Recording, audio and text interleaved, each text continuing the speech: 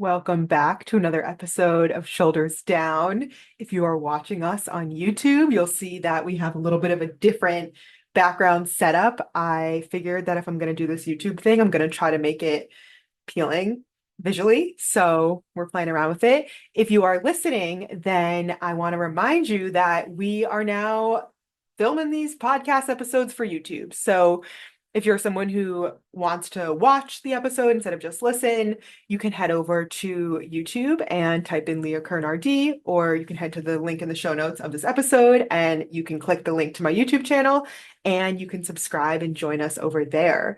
I'm also posting other stuff besides just the podcast episodes. I've been doing some vlogs, some real life intuitive eating moments, some content that's more similar to the kind of stuff I was posting when I was on Instagram. So if you were with me in the Instagram days and you missed that video, more personal content, you'll definitely want to subscribe over at Leah Kern RD on YouTube. And if you're new around here, hi, I'm Leah. I'm an anti-diet dietitian and certified intuitive eating counselor. And I am your host of this podcast, Shoulders Down. Today, we are tackling a topic that often sparks a lot of conversation, even controversy in the world of intuitive eating and the anti-diet universe. This topic is intentional weight loss. In the intuitive eating space, we often hear that weight loss isn't the goal. And in many ways, that's true. But there's nuance here, and sometimes this nuance is overlooked.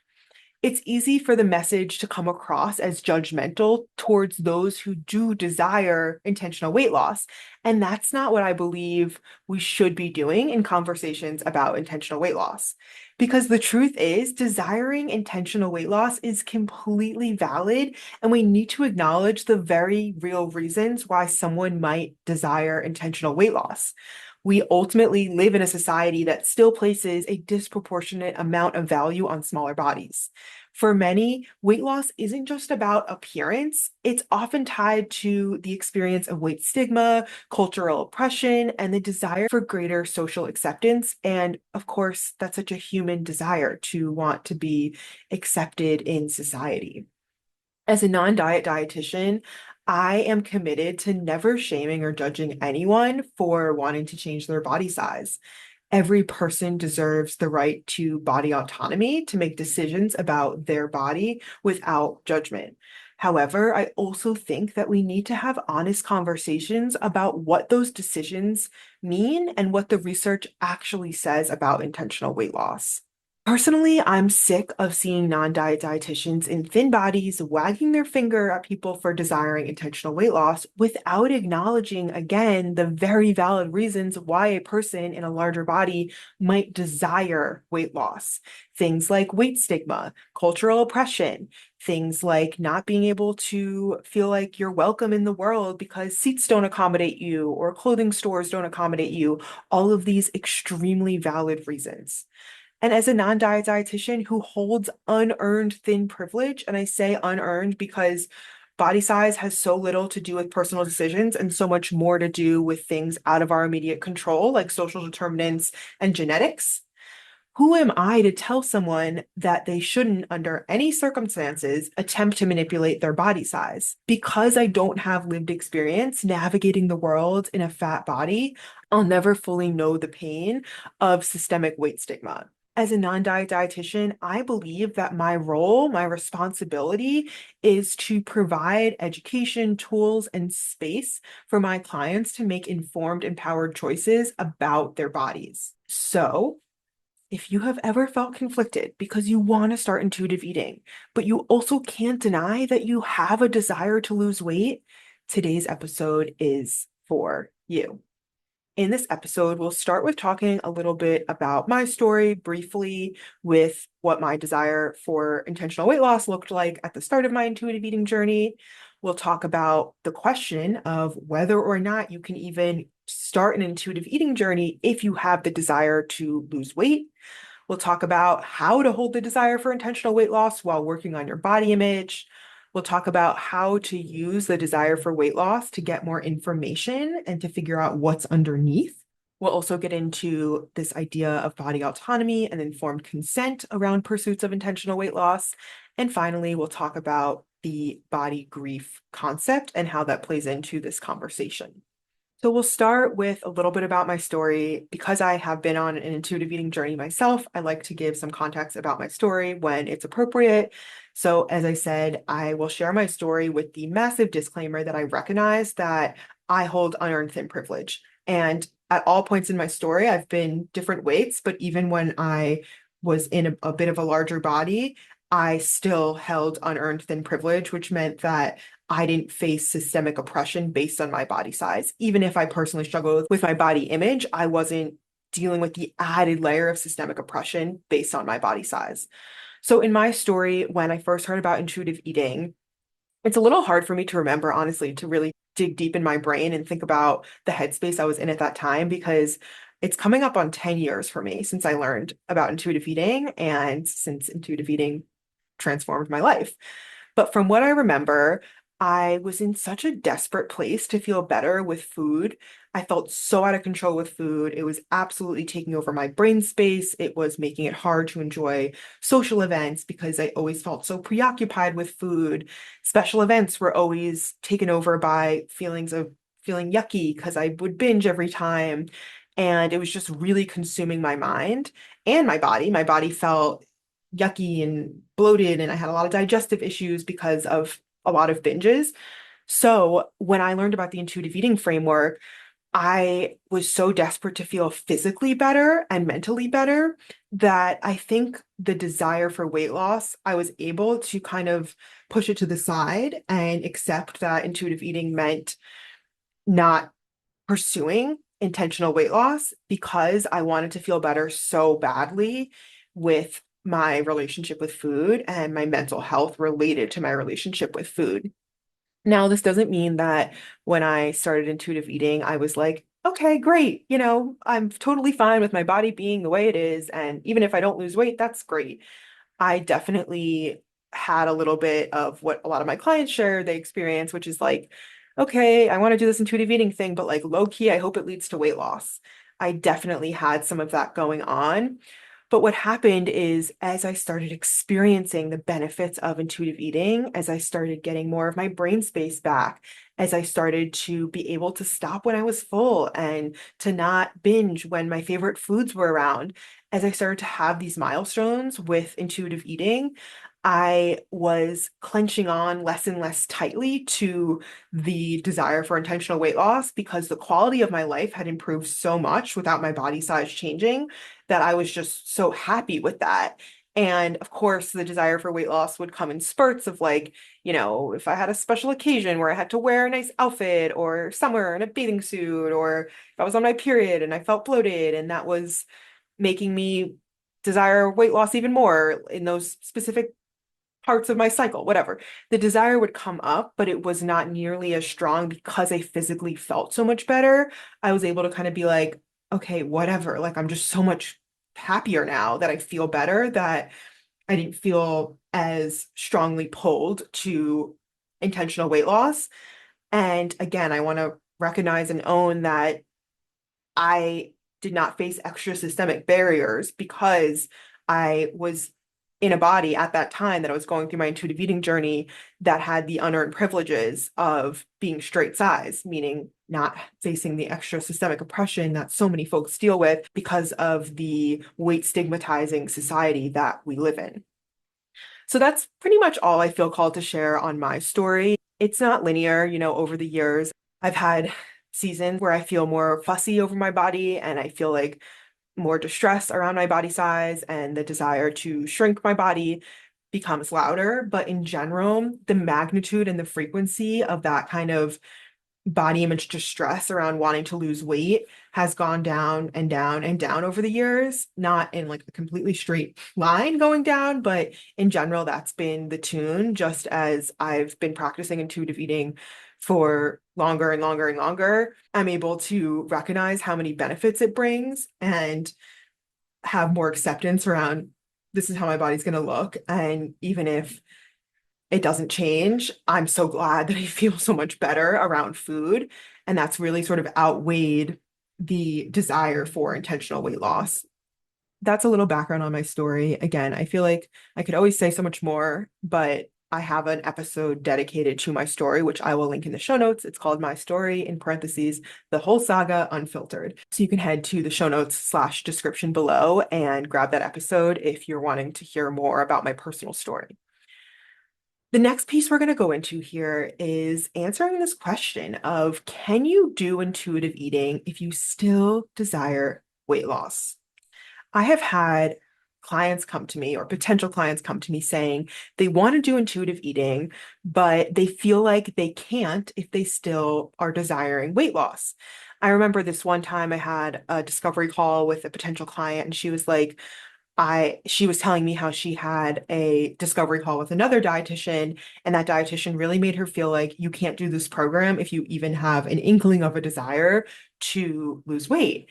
And personally, I don't think that's right. In my view, of course, you can work on intuitive eating if you still hold the desire for weight loss. If we waited for that desire to be completely gone, we might never start this work. And we can hold both the desire for weight loss and the desire to heal our relationship with food at the same time. The way I see it, both things can coexist, especially in the beginning. The key is that the desire for intentional weight loss is different than acting on. So having the desire for is different than acting on. We can hold the desire and still start working on intuitive eating, but we need to commit to not acting on the desire in order to start healing our relationship with food. Because acting on the desire looks like restricting, looks like following food rules, and intuitive eating will not work alongside restriction and dieting because it's all about listening to our internal cues, and dieting and restriction is about externalizing our eating decisions to an outside set of rules or metrics. So that won't work. But having the desire, feeling like, man, I wish that I could look different. I wish my body could be smaller. I wish my body would meet up more closely to the beauty standards. That is valid. And in my view, if we try to shame someone for even having that desire, that is not okay because it is such a human desire. Underneath the wanting for weight loss is often a desire for acceptance, for love, for social currency and power, for things that are completely valid to desire as a human being. And I take a big issue with folks in the intuitive eating and anti-diet world wagging their finger at people who share that they desire weight loss. It is so valid. So if you're listening to this, I hope you can sigh, a big sigh of relief in knowing that it's okay. It's okay if you want to lose weight. You're not like cheating on intuitive eating or doing this wrong. It just means that you're human and it's probably about something deeper than just the physical appearance piece. This brings us to the question of, okay, how do we hold the desire for weight loss while working on body image and intuitive eating? Something you hear folks say a lot is like, can we put the desire for weight loss on the back burner? Can we put it on the back burner while we work on healing your relationship with food and kind of see what happens? And I think that was probably similar to the advice I was given on my own intuitive eating journey. Or if it's not the advice I was given, it is sort of what I think I did looking back. Like, okay, I'm going to deal with this weight thing later. Right now, I'm just going to focus on the eating piece and how I feel following my cues and my relationship with food. And that did sort of work for me, I guess, where I started to reap the benefits of intuitive eating, and then weight loss felt like less of a strong desire. But a mentor who I've worked with in the body image space, Bree Campos, who is an incredible therapist, and she does a lot of body image supervision, meaning she helps other providers like myself who don't have the lived experience existing in a larger body. She helps us become better at body image coaching and therapy work. So I'll link to the episode where I had Bree on. Again, you can head to the link slash description below and you can find that episode with Bree. It was called What We're Getting Wrong About Body Image with Bree Campos. So in my work with Bree, I'm pretty sure it was her who kind of said that this idea of putting body image on the back burner isn't always so supportive for people because if we say that, it could be preventing someone from moving forward, where they're like, no, this is like the reason why it's hard to listen to my cues because I'm freaking out. What if that means I gain weight? What is that going to mean about what my body's going to look like? So for some people, it doesn't work to just like put it on the back burner because it's a huge barrier for making progress in your relationship with food. And I think sort of another problem with this idea of putting it on the back burner is kind of just like not dealing with a huge piece of the puzzle and ignoring it. And I think, frankly, a lot of dietitians are scared to talk about the body image piece and feel more comfortable talking about the food piece. And then they just kind of say that and then they never end up touching it. And that's not supportive for clients either. So, thanks to incredible supervision from folks like Brie Campos, I am not one of those dietitians who's scared to roll my sleeves up and get in the dirty work of kind of looking under the hood and seeing what's going on from a body image perspective. So I don't feel like we have to put it on the back burner. I feel like it really depends on the person and their story. For some clients, I will really want to make sure that they're feeling good and stable with food stuff, and then we'll get under the hood with the body image stuff. For other clients, we'll dive right in because I can see that that's the thing that's preventing them from moving forward in their intuitive eating journey. So maybe the concept of putting body image on the back burner resonates for you. Maybe it doesn't. Either way, we're going to answer this question. How do you hold the desire for intentional weight loss while still working on your body image? What I want you to do is I want you to think about, what does your dream life look like?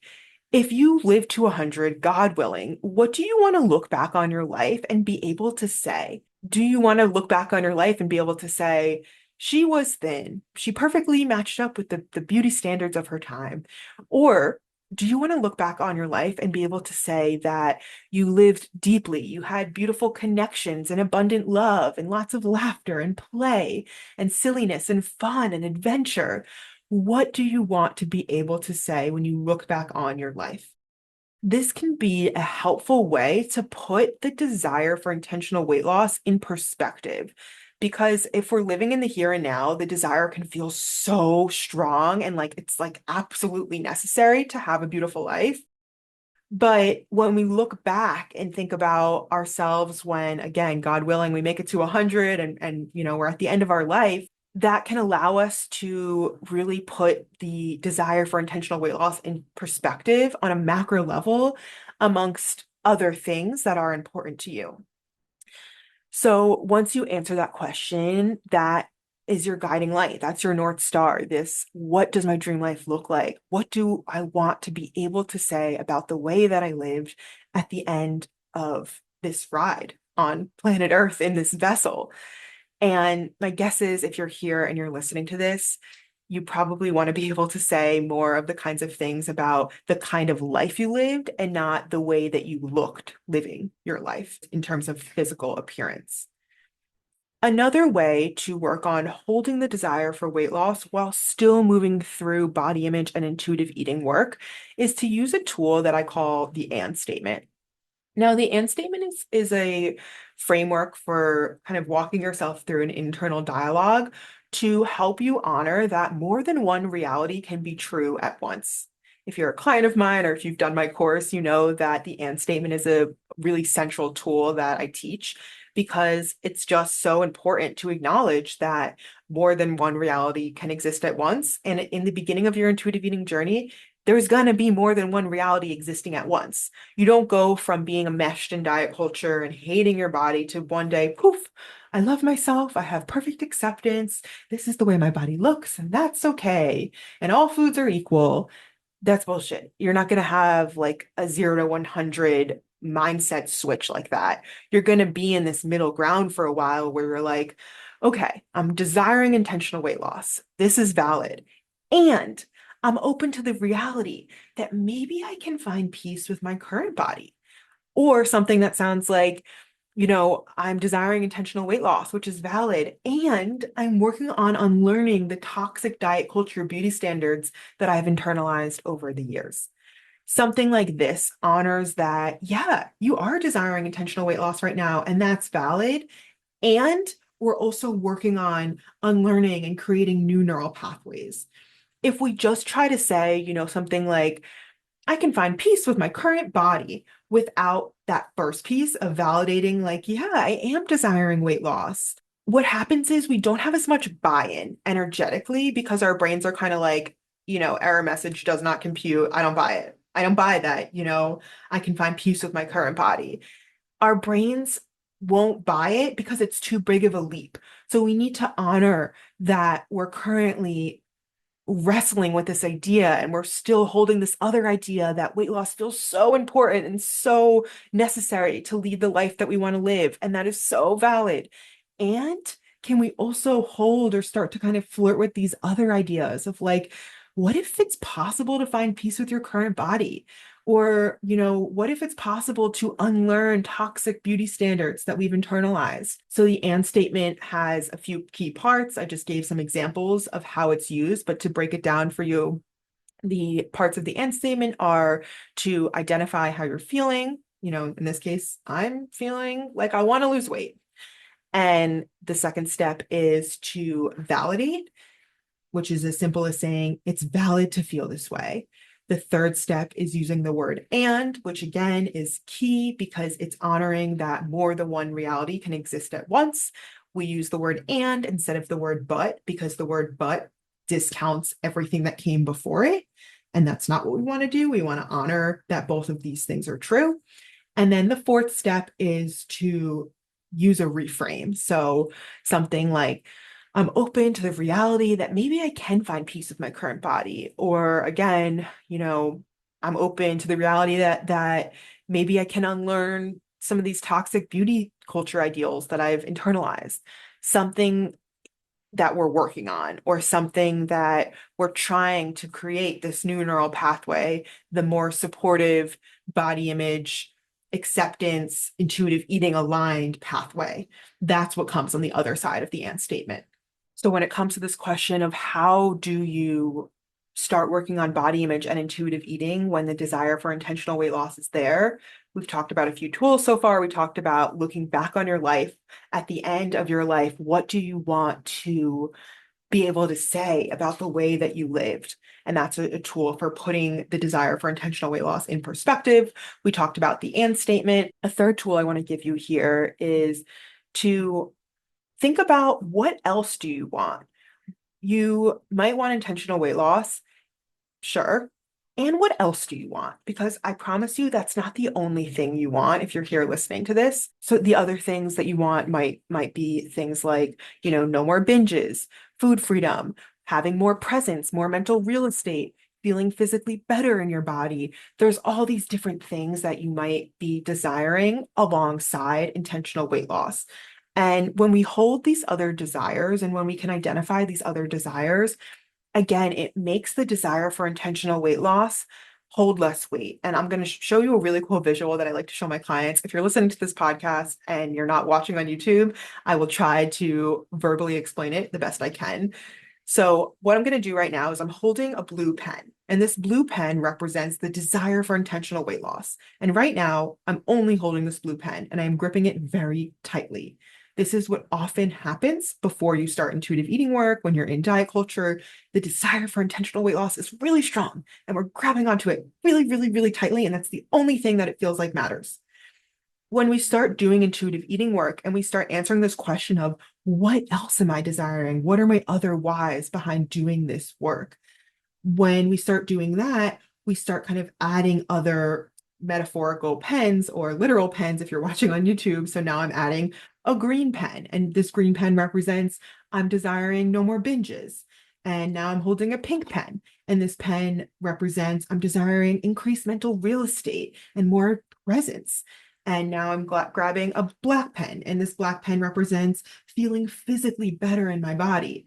You get the point. So now I'm holding a bunch of pens in my hand. I'm still holding that blue pen. It's still in here, which is the desire for intentional weight loss. But the idea is that it's impossible to hold the desire for intentional weight loss as tightly when you're also holding these other desires. So think about, write a list. What are your whys? Why are you doing this work? Some of my clients, their why is so that they can pass down better relationship with food and body image to their children. Some of my clients, their why for doing this work is that they want to break the inherited chain of body shame and disordered eating in their family system. I'm sure you have some big, meaningful whys if you're listening to this, and I would encourage you to take a moment and write those down or just kind of think and meditate on them. So, when it comes to desiring intentional weight loss, another tool that we can use here is to view the desire for intentional weight loss as information. If you are desiring to lose weight, I want to ask you why. Like, what does it feel like weight loss would bring you in life? If you lost weight or made it to that goal weight or whatever it is for you, what does it feel like would be different about your life?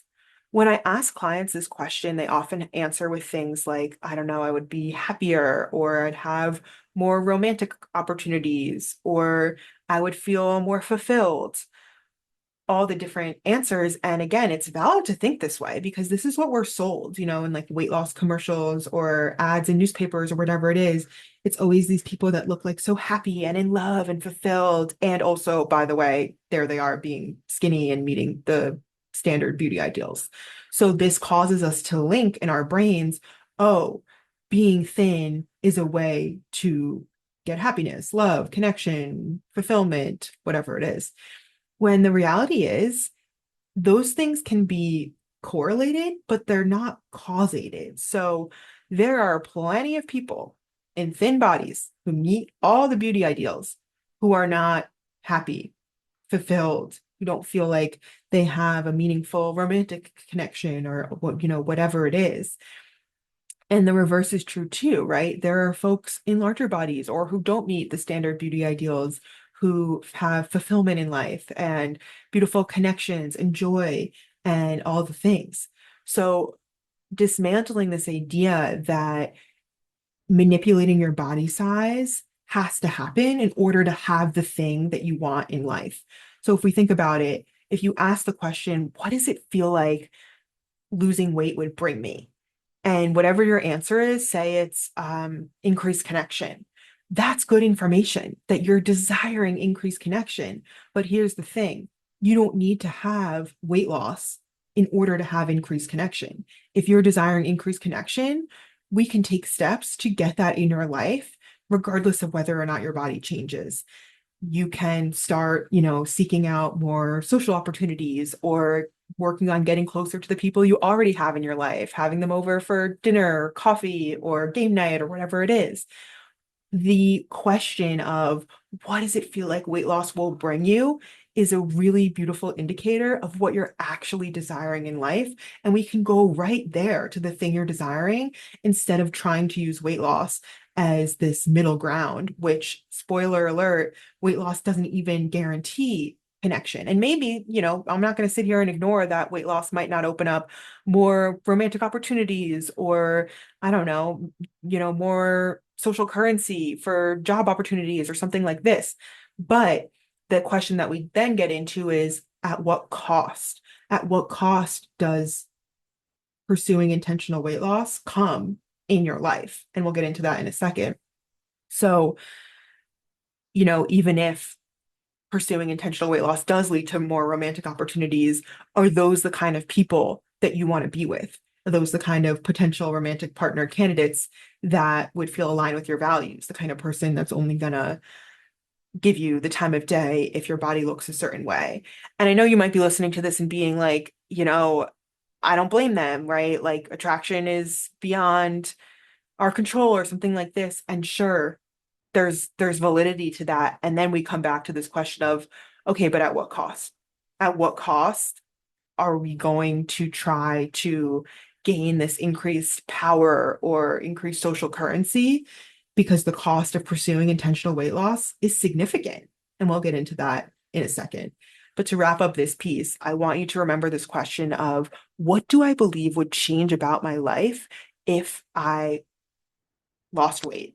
And then you can also look back and do this sort of litmus test of like in the past, when you lost weight, were you even happy then? Did it even bring you those things that you thought it would? And some people are like, well, I did feel good about myself. But then the question is, was it a true deep sense of happiness and confidence and self-worth? Or was it this fleeting sense of like almost more like lust because of the exterior validation you were getting from our weight centric world, whether that's like loved ones or the doctor or whatever it is? Okay, so now we're going to get a little bit into this idea of informed consent. So I started talking about this a little bit earlier, but this idea of you can pursue intentional weight loss. You have body autonomy and you are allowed to do what you wish with your body. But as an intuitive eating dietitian, I feel my role is to make sure you have informed consent of what often comes with pursuits of intentional weight loss that doctors often don't talk about, that the diet industry sure as hell isn't talking about because it's not profitable. To touch on this, I mean, this could be a whole podcast episode in itself. But what's important for you to know is that 95% of the time, pursuits of intentional weight loss lead to gaining back more weight than was initially lost. And this 95% number comes from a really prominent meta-analysis looking at intentional weight loss over the span of several years, looking at several different studies on intentional weight loss and synthesizing the information to this one big meta-analysis that is referenced all the time in the anti-diet world. And you can head to the link below or in the show notes if you want to read that research more specifically. I have a free anti-diet research guide, and that study is cited in there.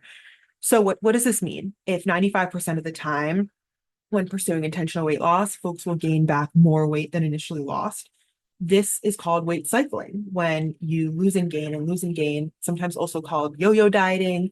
And what we know about weight cycling, which you could also read about in my research guide, is that weight cycling is an independent risk factor for several different disease states, things like hypertension, heart disease, diabetes. And this is often not spoken about. Oftentimes, Weight Watchers and Whole30 and all these different diets are not coming with this like warning label of, by the way, if you do lose weight from this, the odds that you'll gain it back are extremely high. And the process of losing and gaining is a independent risk factor for several disease states. This is not something we often hear being spoken about. And beyond the physiological impacts of weight cycling, there's also mental impacts on our mental health, anxiety and depression and things that can happen when you're getting all of this praise and approval from people around you when you're down in weight, but then when you go up in weight you feel like this sadness and this shame and defeat because you can only imagine what the people around you are thinking. So when it comes to pursuing intentional weight loss, and this is in any way, right, whether it's a GLP-1, which is drugs like Ozempic and Wegovy, or it's Weight Watchers or Whole30 or MyFitnessPal or whatever it is, you have the autonomy to do that. And it's important for you to know the research that 95% of time, within 5 years, all of the weight will be gained back, if not more. And this process of losing and gaining comes with its own set of risk factors, both physical and mental. This doesn't mean that you can't pursue intentional weight loss. Again, my goal of this episode is really not to be judgmental, but to be really firm and direct in that, like, this is what we know. This is what the research is showing and what we're so often not being told.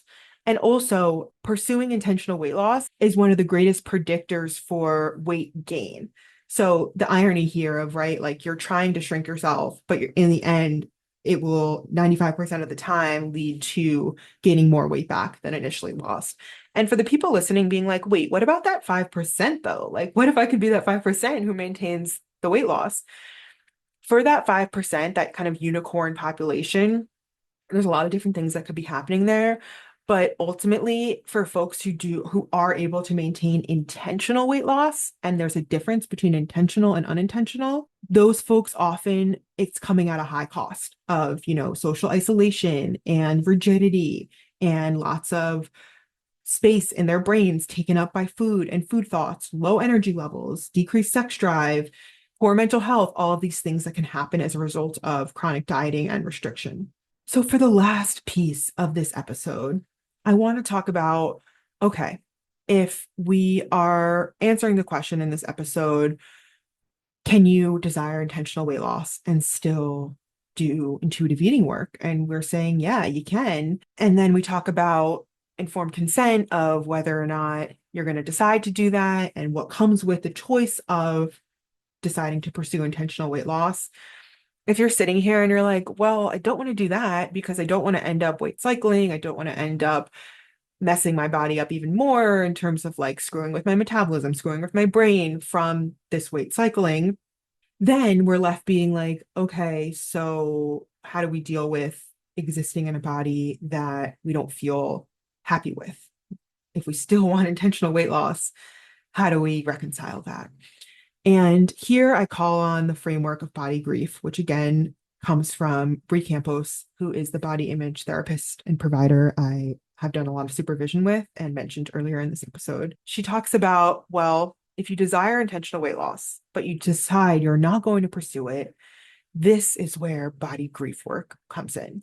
And body grief is looking at body image through the framework of the stages of grief. And the stages of grief are denial, anger, bargaining, sadness, acceptance. And this isn't always included in the stages of grief, but I like to include it as the last stage, finding meaning. So denial is the beginning stages of like, no, no, no, no, no, no, no, this can't be happening. I cannot be stuck with this body for my life. I was promised by diet culture a different body, a body that looks different. And that's the body that I want. I deny that this is my reality. I deny that I have to be stuck with this body. The next stage is anger, when you're like, shit, I'm stuck with this body and I'm not happy about it. I am upset. I have been promised by diet culture, if I had enough discipline, if I wanted it bad enough, I could have a different body. And I'm angry. The next stage is bargaining of like, well, what if I just like diet a little, lose like a little weight, and then I'll be happy with my body. And then the next stage is sadness, sometimes called sitting in the suck of like, okay, this is what it is. I'm not happy about it. I am annoyed. I'm sad. This is what it is. Sitting in that grief. The next stage after that is acceptance of like, I don't necessarily like it, but I accept that this is my body. This is the vessel that I have to move through life in. And the last stage, which isn't always considered part of the stages of grief, but I mentioned I like to consider this part of the stages of grief, is finding meaning, understanding, okay, I see why I went through this body grief journey, this anti-diet intuitive eating journey. It makes sense. It's brought me deeper self-understanding, a deeper sense of confidence beyond my physical appearance and confidence relating to who I am as a person. It's brought me closer to other people, a deeper sense of empathy and compassion for other beings or whatever. Those are just some of the things I've heard from clients sharing sort of the meaning they found in this work after several months of being deep in this work. If you are desiring intentional weight loss, but you don't want to pursue it because, based on the informed consent I've shared, you recognize that it's not the answer. It's not what's going to lead to sustainable health and well-being, and it's going to lead to weight cycling 95% of the time. Then I invite you into this body grief framework and to allow yourself to move through the stages. It's not linear. One day you might be sitting in acceptance, and the next day you might be in the sadness, sitting in the suck. You might find yourself bargaining a lot. You might find yourself angry a lot, angry at diet culture, angry at your past self for spending so many years trying to manipulate your body size, angry for all the weight cycling that you've already gone through and can't take back. All of these stages are valid, and it's also not linear, stages of grief. So in this episode, we talked about validating the desire for intentional weight loss. We talked about the difference between holding the desire for intentional weight loss and acting on the desire. And we normalize that, yeah, when you start your intuitive eating journey, of course, the desire for intentional weight loss is still going to be there on some level. That's really normal. And it doesn't mean that you can't start intuitive eating or body image healing work. We talked about how to hold the desire for intentional weight loss while working on intuitive eating and your body image. I talked about the and statement. I talked about that sort of deathbed visualization exercise of thinking about what you want to be able to say when you look back on your life. And we also went over the and statement, which is a tool for holding more than one reality at once. I hope that this episode was helpful for you. I hope that it was validating for you. And I hope that you don't feel like, oh no, I'm like doing this wrong because I low-key still desire intentional weight loss. That is so normal. The amount of conversations I have with clients where I'm like, yeah, of course you still have this desire. It is so valid to have this desire. And we're going to continue equipping you with other tools and other ways of deriving a sense of self and confidence, and also tools to navigate the very real grief that comes with living in a body that doesn't meet up with beauty standards or the thin ideal or the other body ideals that are held up as the most important things in this life. We can hold both. We can hold the reality that we are more than our bodies, we are our values, our gifts, the things that make us who we are beyond our physical appearance. And we can hold that, like, this fucking sucks. It sucks to not like how you look, whether that's like being in an aging body or a body that's getting larger or a body that is disabled or whatever your relationship with your body is that's causing you distress. There is so much room to be like, I'm not happy with this. I'm upset. I wish this was different. That is completely valid. If you want to go deeper into this body image work, I invite you to head to the link below or the link in the show notes to fill out the application for my one-to-one coaching program, The Embodied Method. I work with folks on all aspects of this process, intuitive eating and body image, and I would be absolutely honored to read your application and get to meet you on a free discovery call to see if we'd be a good fit to work together. That is all for today's episode. Oh, I also want to remind you, I'm hosting a free workshop on January 16th, which is about a month away, called Nourished in the New Year Without Diets. So this workshop is going to be about how to ditch the all or nothing thinking that can happen with the new year of like, come January 1st, I'm going to be a new person and do all these exercises, routines, and eat in this really clean way or whatever, whatever, whatever. I'm going to teach you how to approach the new year in a balanced way and how to become an intuitive eater and find food freedom in 2025. So I'd love to have you at this workshop. I'm so excited to be offering it for free. You can register via the link in the show notes or the link in the description below. That is all for today's episode. If you have any questions or comments, I would love to hear how this landed for you. It's a really charged topic, and I would love to hear from you. You can email me at leah@leahkernrg.com, or you can leave me a voice note in my SpeakPipe, which is a cool app that I have for people to leave voice notes. And you can find the link to do that again in the show notes / description below. Thanks for being here and tuning into this episode, and I'll talk to you on our next episode.